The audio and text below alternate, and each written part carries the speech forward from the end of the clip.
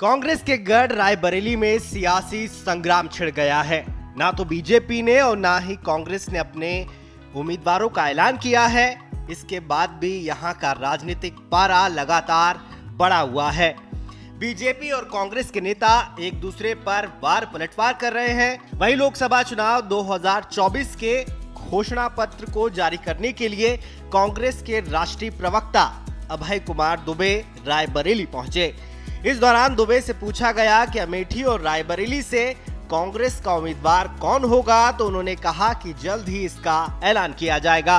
बहुत जल्दी आ जाएंगे और दोनों की अपेक्षा आकांक्षाओं के अनुरूप नाम आएंगे। ये निर्धारण तो चुनाव समिति करेगी कांग्रेस पार्टी की, लेकिन मैं आपको आश्वस्त करता हूं कि ऐसे नाम होंगे कि एक जनता दोनों क्षेत्रों की आंदोलित होगी और बहुत अच्छा चुनाव हम यहां से जीतेंगे, जैसा प्रतिसाद हमेशा मिलता है। हाल ही में केंद्रीय मंत्री स्मृति ईरानी ने बयान दिया था कि राहुल गांधी वायनाड में चुनाव जीतने के लिए आतंकवादी संगठन पीएफआई की मदद ले रहे हैं।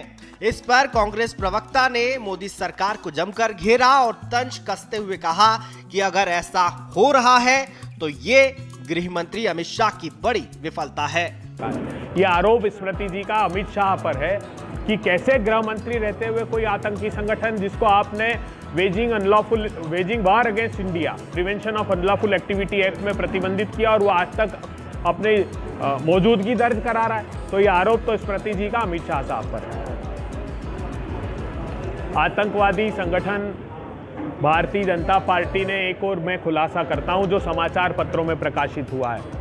यही पीएफआई का जो संगठन है एसडीपीआई, कर्नाटक विधानसभा चुनाव के बाद स्थानीय निकाय की सीट जीतने के लिए भारतीय जनता पार्टी ने एसडीपीआई से समर्थन लिया, जो पीएफआई का संगठन है।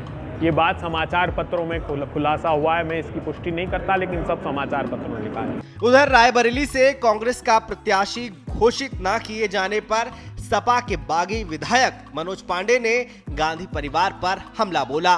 मनोज ने कहा कि कई दशक से गांधी परिवार या पार्टी का ही सदस्य रायबरेली से चुनाव जीतता आया है, लेकिन आज ये समय आ गया है कि पार्टी कोई भी प्रत्याशी घोषित नहीं कर पा रही है। दुर्भाग्य की बात है कि जिस पार्टी के प्रत्याशी के कयास की आप लगाने की बात कर रहे हैं, पिछले कई दशक से 5-6 दशक से उसी पार्टी की प्रत्याशी को रायबरेली की जनता ने जिताने का काम किया।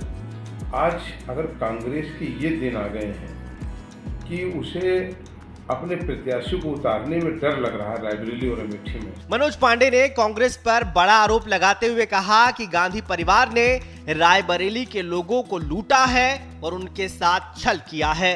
आने वाले लोकसभा चुनाव में रायबरेली की जनता उन्हें करारा जवाब देगी।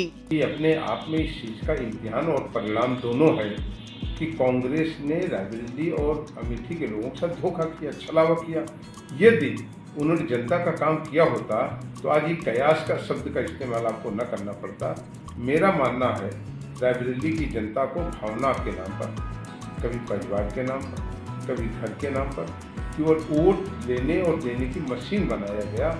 और मैं समझता हूँ रायबरेली की जनता आज वो तैयार बैठी है एक नए परिवर्तन के लिए, वो परिवर्तन जो उसने 1977 में करके दिखाया था। बहरहाल रायबरेली और अमेठी कांग्रेस की दुखती रग है, जिसे छेड़ने से बीजेपी कभी गुरेज नहीं करती।